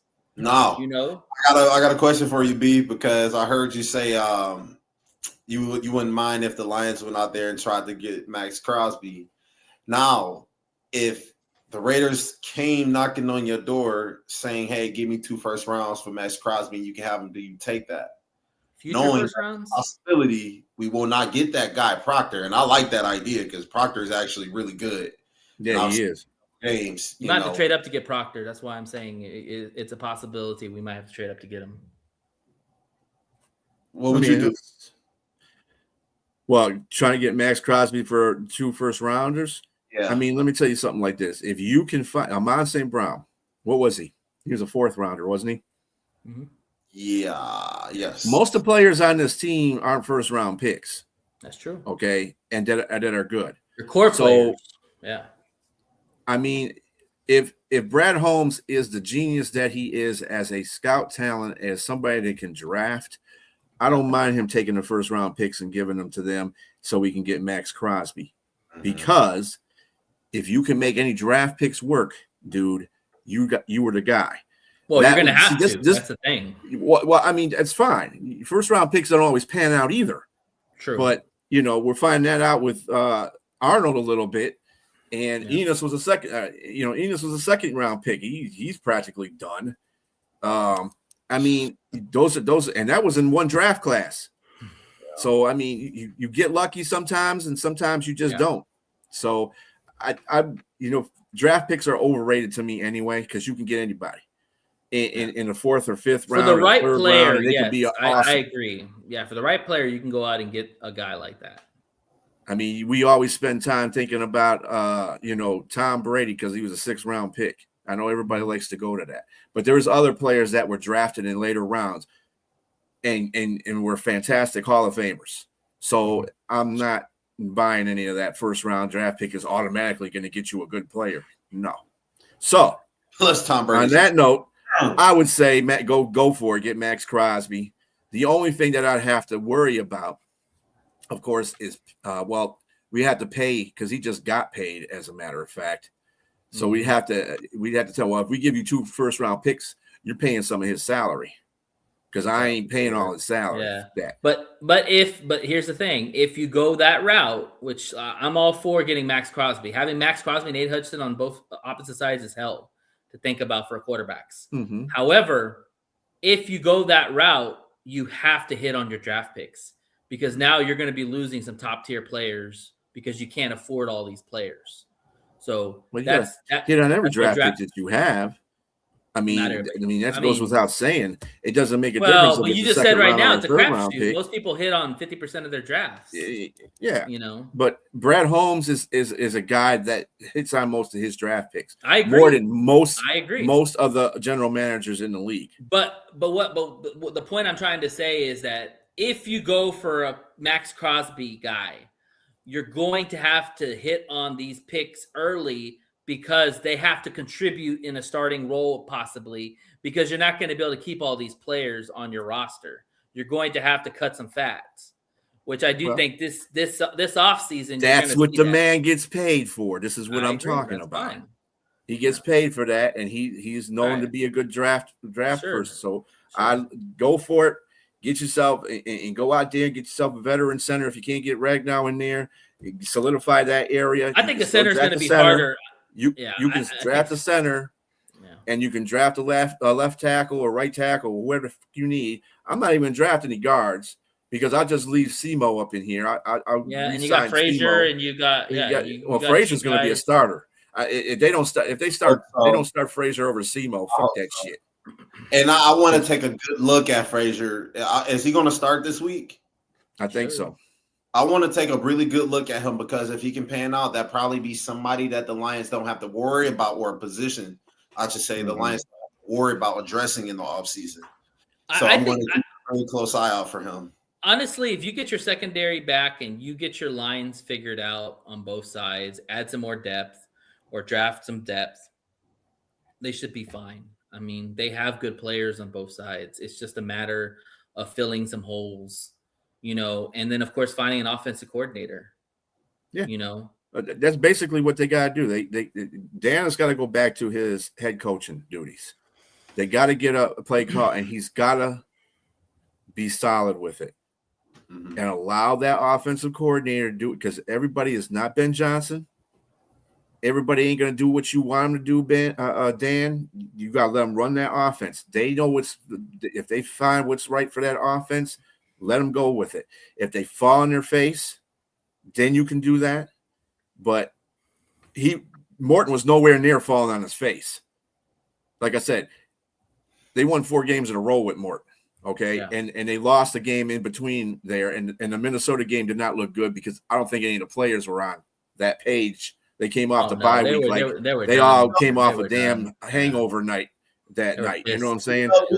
I have a question. Serious question. How much do you think contributed to the Lions playing bad teams when Morton was like still kind of the play caller?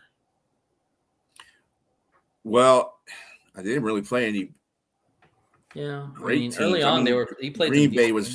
Green Bay was probably the best team they played. The Ravens were okay, but you saw what happened to them. They were on the verge of self-destruction anyway. But their defense was still pretty intact when we played them. And they did a very good job. I think that game was all about the defense. I don't think it was about the offense because Detroit was putting up points anyway. The defense came to play that game.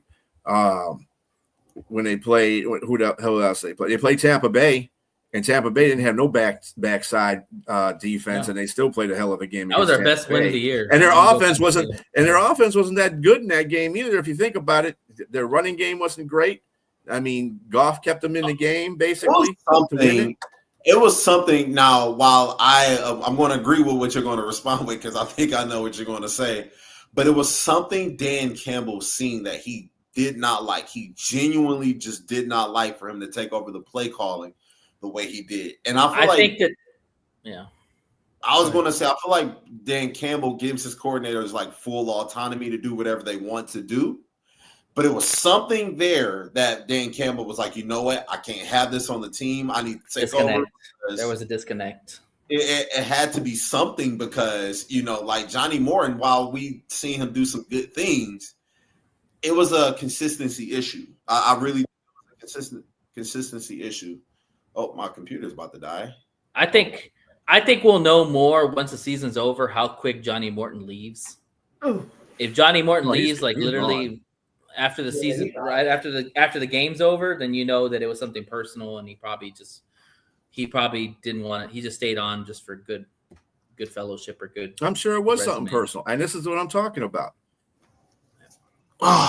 Regardless if it's this is a business, okay? You got to take the emotions out of some of this stuff. You got to say the emotions got to be left with the players. The coaches have to figure this shit out. And and I don't think there was an inconsistency with Moore. Like I said, he won 4 games in a row. How many did hit? No, this was more. This was a more of a personal thing, and I think it was his attitude. Well, that's what he's got to stop. Yeah, he's got to stop the personal shit. This is a business. I don't care. We don't. We all find people. We all find people that we don't like at our workplace, but we have to get along with them to work, right? But there's one thing. Except for you, Nate, because you don't care. You're on your own, right? Me and Jake. I don't. That's one reason why I don't work with people. But there's one thing that did irk me a lot about Morton, and it always was more and more consistent. Whenever he would do his pressers, he would never blame the scheme. He'd always blame the players' execution. And I get it. Players play, coaches coach. However, every coach has admitted that sometimes it's the scheme's problem. Even Shep has said that himself. And when a coach goes up there in front of the public and says, oh, it's not a scheme issue, it's the players, that's a problem. Because you're quietly throwing those players under the bus. And I guarantee you, Dan says, you got to stop with that shit. And he kept doing it. And I think Johnny he's just going to go his own way. It was a bad relationship from the beginning. Let's just put it that way. Whatever it was, it did not work. Dan missed on the candidate again. Like he missed on Lynn. Like he's got to find the right guy. Well, I don't want him to find. I think, again, this is a Tomlin thing too. I think, Robbie will back me up on this. Tomlin likes people that kiss his ass, and that's not how you win games. Okay, because you get all these coordinators that he's gotten, these offensive coordinators he's gotten lately have done nothing for the Steelers. Yes, they haven't winning seasons, but damn, defense has won half of those games, most of those games, and not having DK Metcalf because he's an idiot in the last 2 games is showing up for Pittsburgh right now. So I mean, you got to have it. You can't. This is what I'm talking about. The ego with Dan Campbell. Got to let some shit go. And it just because he gets up to they the all point need to and swallow says one some thing. pride. Dan says the same stuff, but Yeah. Dan says the same stuff. He just says it different. He throws players in the book. Oh, we have to execute. Got to play. That's better. just like saying they ain't doing what they're doing. That's on me. But I man. expect that. But I expect that Different more way. from a head coach B than an offensive coordinator. That's my only argument. Because as the head coach, you hear that all the time. You gotta Really? execute. You Wow. gotta run the plays better. Something. I never took Mike Tomlin for that type of a guy, though. The ass kissers. Yeah. You No, know? Thomas like he doesn't think it shit. Robbie stinks. came. That's I remember when Robbie was on when we were on a show with him. He went. He went game style on Tomlin. He was on, he just like people to kiss his ass. And you're a Pittsburgh Steeler fan, you should know. So Let me ask you all this question. he is a good career. Yeah, has Are no you coaching possibly- tree. That's what I'm talking about. Yeah. Are you okay with him possibly them going to college and maybe getting an offensive coordinator? Mm-mm. Because I mean, both games are very similar. Who Not would you with- get? not- Depends. Who would you get though? I don't know. You have to be a head I'm just saying because the thing is, any hot offensive coordinators in the NFL are going to be head coaches, or they're going to stay with their respective teams. I agree. You're seeing that more and more in the NFL. A lot. They're doing the Ben Johnson thing. Oh, I don't want that team. That team's shit. I'm going to stay with this team I have. And they're really going to stay with a team with a quarterback. See, AG fucked up. AG went to a team with no quarterback. Ben Johnson went with Caleb. Look who's doing better and who's doing worse. Well, offensive minded versus defensive minded. Well, that The Jets too, but did you have a also defense. you got to hit on a fucking quarterback.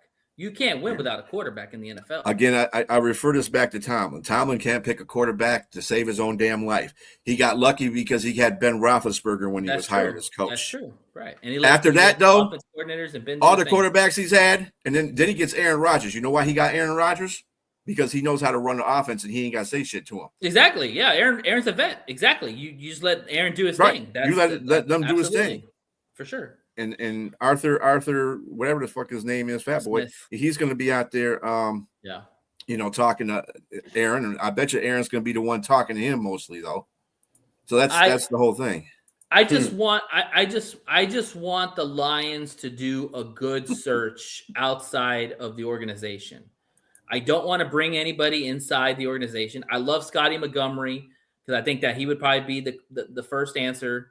But we need to go outside. We need to go outside the organization. We need to cast a search like you're doing head coach and go find somebody, maybe a quarterback's coach that wants to be an OC, and you can get him to make the move. Because no OC is going to make a lateral move. You got to give a promotion. So you're probably going for a quarterback's coach, an assistant coach. They even threw out, I don't know what NFL, Lions page it was, but they were saying about maybe going to the Bears, looking at looking at Bieniemy. Somebody I like that guy, the running backs coach for the Rams. Oh, that is. Really scheme up some really good plays for Blake Corum and Kyron Williams. Hey, if he comes with Sean McVay, I'm all for it because Sean McVay is a genius when it comes to offense. Yeah. So you would definitely want to pluck off that roster. Yes. Or I mean, Kyle I think Shanahan. I think to tell you the truth, in the off season when the Lions lost Ben Johnson and AG, it wasn't those two offensive coordinators that really cost us, or really were the impact. To tell you the truth, it was the players, it was the coaches behind them that they he lost like 10 offensive staff. AG took our passing coordinator with him to make him an offensive coordinator. All you got to do is you could have kept him. You could have kept what's his face? The assistant coach. With you just mentioned him. L? Not L. No, the dude on our team. He was a running backs coach last year. Scotty? Scotty Montgomery could have left him at running backs coach. Oh, and yeah. there's a lot of shifting going on, Mhm. you know, Yep. and and forget about. We did a lot better as a defensive line, but really do a good job as defensive line? I mean, we got the best defensive line coach in the league, and we still really couldn't do a lot of things that we needed to And do. he left too because he went to the Patriots. So we had to get Rodgers. No, I'm talking about the one we got from Tampa Bay.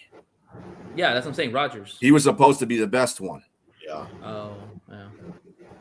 But anyway, Yeah. There's a whole bunch of shifting going on that I think that cost the Lions in certain areas too. I think there's a silver lining to all of this is that, you guys want to mention the 49ers about how their success, they were ass last year and now they're one of the top teams. Well, it can change after a season. They showed it. The thing is that the 49ers have a really good staff. Shanahan's one of the best play callers out there that doesn't get a lot of credit. And Robert Saleh is one of the best defensive coordinators out there that, probably will stay with that team because he doesn't want to go to a head coaching job because he doesn't want to get canned again.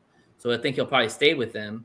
So, I mean, when it comes to the Lions, we have a lot of newbies, a lot of new faces. Like B said, we lost 10 staff members to both coordinators. Like, maybe this is just a transition year. Like the team is still good.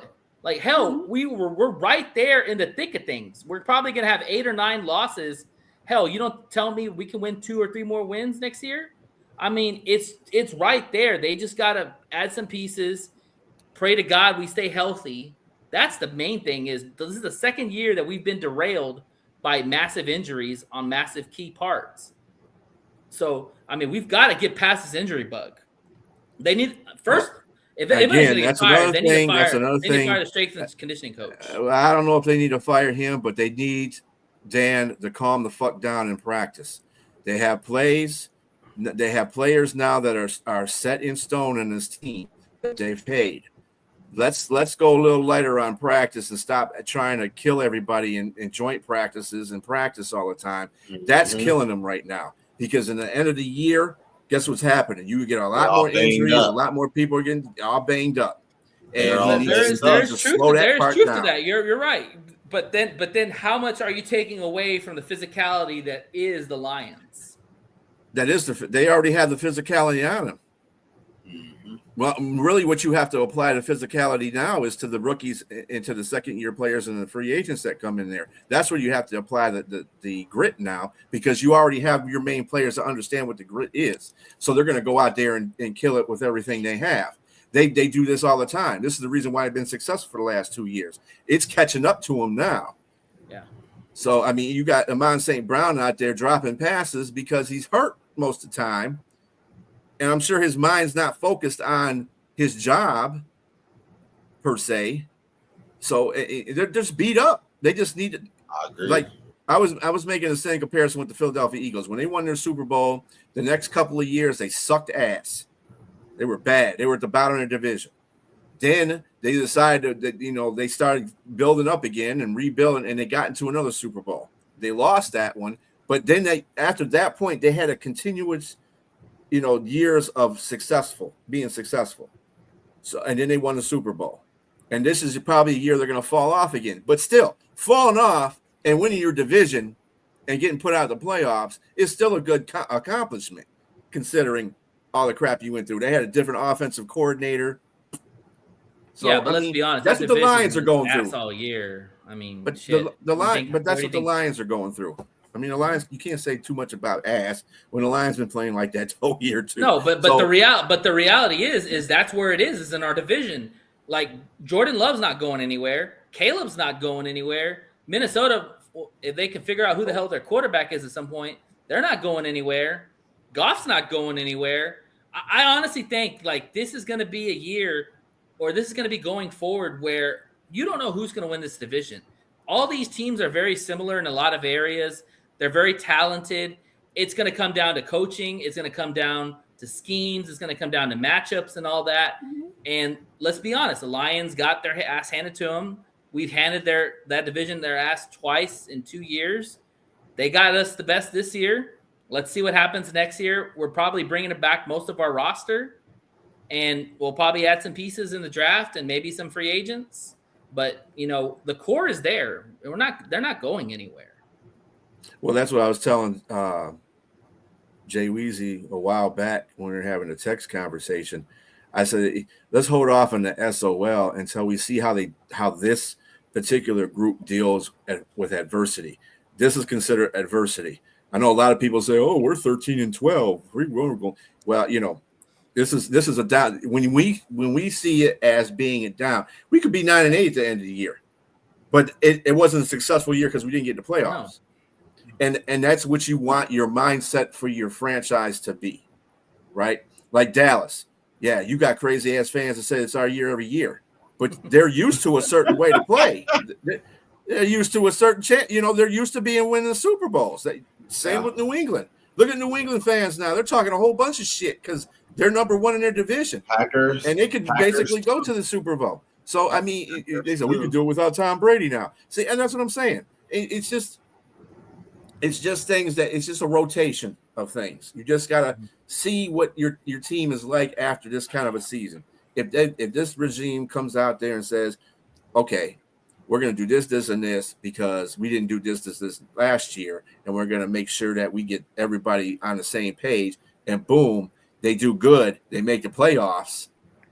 And even if they don't make the Super Bowl, to me, that would be something that it was, adverse conditions. And they got in the playoffs, and they got, maybe to the second round of the playoffs, and they lose.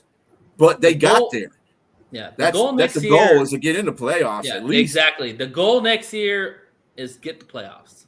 Get to the playoffs, win your division if you can, and go from there. And let the chips fall where they fall.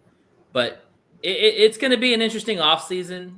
We're going to be talking a lot more in the offseason about what they're doing and all that. But I'll say this, and then we'll wrap it up. This is where Brad Holmes shines in certain areas. So this is his time. So we'll see it. All right. And that will bring on Liz. Liz. El Toro. Speaking of where we want to be at. Bring on Liz. Hey, I didn't think it was going to be possible. We started 0-3. 8 in a row, Houston Texans. Yes. Take it away, Liz. We'll see. So, what's up, Texans fam? I'm going to say it with my chest. So, the whole league and the trolls can hear it. And y'all guys, let me know what your Cash App is because I'm about to go ham on some cuss words. Put some fucking respect on the Houston Texans already. Especially the analyst, Jeremy Fowler. He's one of these analysts that I follow, and I'm just like, he just stated that. What did he say? Fowler stated that Inglewood was supposed to be a test for the Houston Texans because he didn't believe that the defense is that good. So the test was basically, we won. So CJ Stroud came out hot. I was like, that's my boy. He did a 75-yard laser to Ricky Higgins and then blink, and it's 6. And then a 43-yard strike to Noel, eating like it's Sunday dinner at Big Mama's house. 14 points. 14 points all in the first quarter. I was like, wow, this is going to be a game. All before I even got my nachos. I was like, what? It's already happening. This is great. Stroud started strong, but the win belongs to the defense because Stroud did fall off. He did kind of like lose his confidence a little bit. But again, we won. 5 sacks, different faces, same pressure, quarterback seeking ghost timing, all measured up. Barnett said, say less and drop 2 sacks. Hunter, I always have a hard time saying his name. Two flying around with 12 tackles, moving like he got H-Town. Yeah, 2-2. He got H-Town heat in his veins. Yeah. Toa. I just call him 2 toes. Yeah, he did great. He was amazing. Defense, oh my God. They're just so good. They're third coast certified. Number 1 in the league in yards allowed. Number 1 in points allowed. 16.6 a game. That ain't luck. That's D'Amico Ryan's football. Coach said these boys show up every single fucking game. Sorry. Let me know y'all cash out so I can Real thing. for my customers. Listen, real thing. Look, as Bun B said on Sunday, it's trill, baby. And Houston knows exactly what that means. The Chargers didn't even sniff the end zone until late in the third. Herbert, he's a real one. He walked off giving nothing but they walked off giving nothing but respect to him, which is great because that shows leadership. Yeah. Because when the Texans hit you, fly to the ball in close space like that. You feel it. 8 wins now in a row. 3rd straight playoff berth. History made. First time ever in this franchise. Everyone knows exactly who they are. If you're still sleeping on the Texans, that's on you because you're a hater. Because this team, they're built for January. Built for pressure and built for the heat. Now, I'm going to dig in to this last game of 2025 season. We play the Colts this Sunday in our stadium, NRG. First, what they need to do is force the quarterback to move. Jacksonville didn't beat Indy by lighting it up through the air. They made the quarterback uncomfortable, sped up his clock, and forced him into mistakes. Second is make them drive the long field. The Colts needed kickoff returns and short field just to score. When they had to go full length of the field, they stalled. Houston defense thrives when teams have to earn every yard. Third, and my final note, shut the door late. Indy actually had moments in the game, but when it mattered, the Jags stayed disciplined and closed the pressure and a takeaway in the end zone. The Colts have shown that they don't finish well under stress. Houston does. Stroud, if you're listening, they lost I their pray. quarterback. Let's be honest. Come on. What? I'm sorry. I'm just hitting you with the truth. They lost their fucking quarterback. You lose your starting quarterback, a lot of teams aren't going to win. Oh, you talking about Indianapolis? Well, hey. The Colts, yeah. Okay. I'm just saying. So Stroud, I pray for you always, but my man, stay patient and run the damn ball. Defense, I love you, and you keep applying pressure without blinking. Petrie, you owe me money. It was my bad mistake anyways. I made a bad bet, but it's okay. I love you. Petrie, you owe me 3 interceptions. So the Colts are carrying the weight of 6 straight losses. They're about to end their season with another loss against Texans. So let me stand up. Let's all swarm. So I do have a question for y'all guys. Can the Texans defense lead them to the Super Bowl? Absolutely. By themselves? No. Fuck yeah. Yeah, I absolutely think that. There's 2 sides of the football. Just say it, Jay. Fuck yeah. Yeah, hell yeah, they can. Remember what the Giants did? Remember that Giants offense was pedestrian when they went to the Super Bowl. And it was the defense that got them that Super Bowl. It's a different time. Thanks, Brent. You know what I mean? Absolutely, they can. It's not a team in the AFC right now that I think that can get through Buffalo's defense. They have to be a high-scoring offense and being able to at least score 24 to 27 points to beat Houston. And Houston ain't letting people get up on them like that, bro. Houston is ferocious, man. Yeah, I think this So you think so? B, what do you think? I think this is the best defense I've seen since. I'm not comparing. I'm just saying this is the best defense since I've seen the Ravens play. And they get after the quarterback. I'm not saying they're the Ravens. Ain't nobody gonna match Better that. than the Ravens. Not even an 85 Bears. Before that, you think they're better than that? I know. I didn't say. I that. mean, I'm just. I said they're just as good as they're. That's the best defense I've seen since the Ravens. I haven't seen really too many defenses with that kind of tenacity that the Houston team has right now. Titans. When they played the Rams, that defense was damn good. They I'm lost. just saying. They lost to the greatest. They lost to the greatest show on turf. So Yeah, it wasn't because of defense. Go ahead. Well, that's because the Rams played better defense than the Titans did. But anyway, I don't even know how you putting the Titans in that. I don't even know what you're saying. The best defense is the Ravens. I don't agree with that at all. But go ahead. Anyway, Houston can win the Super Bowl with this defense because you know what? Nobody plays anymore, Harley. Anyway, is defense. Now you're seeing these teams are starting to change around. Change their teams around defense because they're figuring out how to play defense with the rules that are set in the NFL now, which I like. Somebody's being smart and figuring this shit out, and I'm getting tired of NFL keep trying to make everything offensive. I love defensive games. There's nothing wrong with defense. However, in this NFL era, you have to win with quarterback play too. Okay, the Eagles did not win that Super Bowl without Jalen Hurts playing well. Okay, the thing is that the Texans don't run the football well, so which means the defense is going to be on the field a lot because they're going to have a lot of 3-and-outs. So you're going to wear that defense down, and you're hoping the offense can pick up the slack. I've told you 20 million times, Liz, I don't trust Stroud. I think he's an okay quarterback.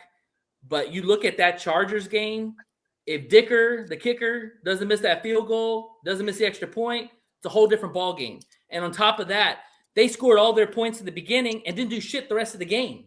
You can't do that in the playoffs because in the playoffs, you actually play really good teams, and they're going to be playing good quarterbacks.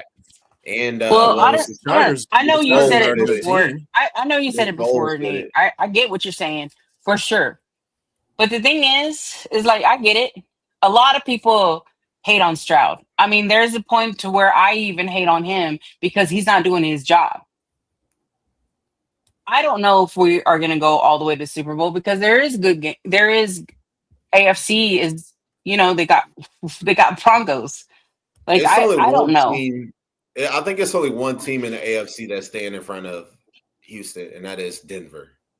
Yeah. I think they can beat I think it's Denver. Patriots. I think they can beat Buffalo again. I think really the only team that stands in front of Houston is the Broncos. It's the Steelers in the playoffs. Right. Robbie, get some love. Anybody but the Packers. I'll say anybody but the Packers. Embarrassed. Yeah. Yeah. But I feel like my Texans. Yeah. Let me put this to you. You mentioned the Patriots. The Patriots don't really have that great of an offensive line.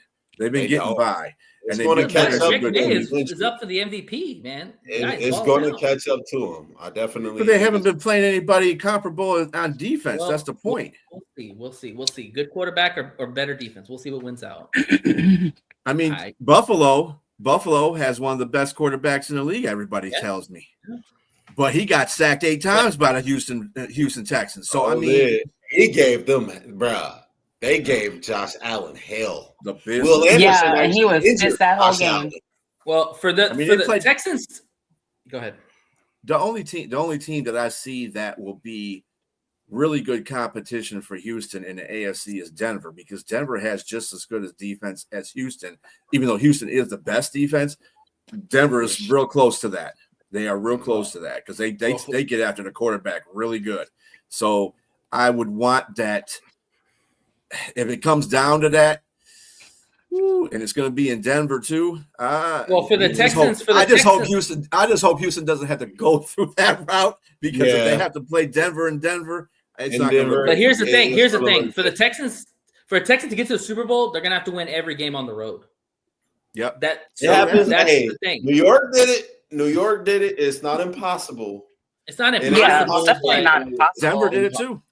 Yeah. It's not impossible. The Texans have been making all of these teams nervous. And we have 2 shutdown corners, and we have speed in the middle in our defense. So we could just if we could just run the damn ball for Stroud, that'll be and to Nate's point, any other team. He is solid about CJ Stroud, though. I'll tell you this. he could either be that quarterback that you saw get a 14-0 lead, or the quarterback we talked that about stupid-ass Love. We pass. talked that about Caleb. Like, are they? Yeah, like, they're he's gotta good. be more I'll They're tell you good. how good y'all's defense is. You give somebody like Cincinnati this defense, they're definitely the number 1 seed in the AFC right now. You give, a team like the Giants this defense, You they're give in the the Lions playoffs. that defense. Oh, we're definitely winning Super Bowl. I ain't even go. You know what, B? Come on, it's too early, bro. Too soon. Yeah. But you give I'm a just lot of saying. type of defense. They're No, the defense again. The defense is good. There's no doubt. I'm not questioning the defense, but you got to be able to put up points. And can this offense put up consistent points game in and game out on the road? I don't know. They haven't done it yet. They haven't won a playoff game on the road. Let's win a playoff game, and then we'll see where they're going from there. That's the big barometer for them. They got to win on the road because that's where they're going to be on. You got my vote. I think you guys can make the Super Bowl. Will it happen? I don't think so, because Denver is good. I think Denver is actually the real deal on both sides of the ball. Yeah, they are. But your defense is good enough to get you to the Super Bowl. Absolutely, 100%. We'll see. If you Any beat given Denver, you Sunday. got to beat them early, because you Yeah. can't beat them. You Start can't off wait early. until the fourth quarter. Well, and they're beat more likely Yeah. going to go against the Patriots because They're Denver's going to Denver gonna step on the gas, and Houston have to start slow. They have to. I am go out there interested and to see punch how them they in the play mouth, against the too. Patriots. That's going to be a good matchup because Drake May's no slouch, man. Drake May's tore up some damn good defenses. I don't with think a we're smile- playing the with a smile on his Patriots. face. Well, I'm Hey, saying Robert, if I Denver agree. gets the number 1 seed, Denver y'all are gets the going to number 1 play seed, you're gonna be because y'all are playing, the last seed. Y'all are going to play the Oh, Patriots. okay. Yeah. Are they We'll not? see what happens any given Sunday. But before I go, I do want to send a shout out because I didn't do it last week. I just wanted to say a big shout out to Forever Faith Apparel for the merch, and I Yeah, thank appreciate you. y'all guys so much. The purpose, the faith and the grind that y'all do, and the purpose stitch into every piece. I loved it, and I just wanted to show Yes, thank you love, very Daphne much. and David. Thank you guys so much. And I Thank you, also want guys. to show love. I also want to show love to my fam bam in Houston. I will hopefully see y'all this Sunday at the game. Happy New Year, and thank y'all guys for having me on the show. Yeah. So right now, you know who Houston's playing? They're playing Pittsburgh As of right now. as of right now. But if Yeah. they lose, Sorry, Robbie. But if Jacksonville gets the division, then they're going to drop to either 6 or 7, I think. Well, Jacksonville's already got the division. I pretty much Yeah. can guarantee you Yeah. that. I mean, that's what I'm saying. So they're going to be So 6 or right now, 7. Jacksonville. Unfortunately, we're going to have a rematch from the last year. I think didn't these two teams meet before Jacksonville and the Chargers? Yeah. Yeah, That was the one where the That's Chargers gonna be a rematch. Jacksonville came back. Yeah. and then New It'll England's be playing interesting. Buffalo, which will be It'll hilarious. be interesting. But the main thing is y'all are in the match. We're not. God, Yeah, sounds We salty. got next year. We showed up to the party Yeah, too Nick. late, too drunk. There was a Well, party. Yeah, I know, right? Well, should have been a party this year, but anyways, I want to thank everybody for liking, subscribe to the show, checking out the show. We'll have our final show on Tuesday, just recapping the Lions probably lost, more likely, and just kind of talk a little more about the offseason and what the plan is going to look like and go from there. Liz, you're going to be back next week, aren't you? Yes. Okay, so yeah, you'll be back talking about it. She'll give her playoff stuff, and then we'll just talk we'll about. do. Well, I mean, we can talk about playoff teams that we think and give our Super Bowl predictions and stuff like that. I mean, Yeah, sounds cool. I it is appreciate what it, is and I the will be Lions back next season. I Tuesday. think we basically talked a lot about that today, anyway. Yeah, that's a good thing there, Brett. Too, we can talk about who is going to be Coach of the Year, Rookie of the Year. We can do that too if you want. It's Vrabel. Yeah, Ben. I think it's Vrabel. Yeah, for sure. Yeah, Vrabel. Vrabel did a good job. It's Vrabel. It's Vrabel or Shanahan or anybody else, but Ben. No, it's not Ben. I don't want to throw shade at Ben Johnson. I don't know. and I know that's Ben, what we're yeah, supposed really. Ben did a terrific But Ben job. Johnson He had did, a he good did, team. It but wasn't like yeah, he put over a 4 or 5 yeah. win team. And- Bears, yeah. Exactly. I'll tell you this. Vrabel. They won 3 games last year for Vrabel. Caleb went from 68 sacks to I think 20. I think he's got 24, 25 now. Now let's be That's fair. an improvement. He can run. He that is an improvement, but he also can run. If he was a stationary, He could run last year. 40 sacks. There ain't nothing wrong with his legs last year. He had no Well, offensive he line. was Ben running Johnson backwards. He went ran out in the backwards a lot. offseason and made sure. Yeah. Well, and that's called coaching up. Yeah. And that's what well, he Ben also did got to the line Caleb. right too. He got the line right. But it's the first thing he did. So Yep. I think that gives him a leg up too in the coach of the year. I'm not saying he's going to win it. I would pick Vrabel because Vrabel's done a lot more with that team from what New England was the year before than what Chicago was the year before. But I wouldn't put it past him to Liam Cohen's another guy. Yep, he's another guy. Yeah, the Jags coach. Yeah. So I mean, we can all come up with stuff like that. Yeah, we can have a discussion, talk about that. But want to thank everybody for the show. Y'all have yourself a blessed evening. Have a happy new year. As always, you hate us, but you ain't us. And we'll see you on Tuesday next week for the final show of the season. Peace. Hasta luego.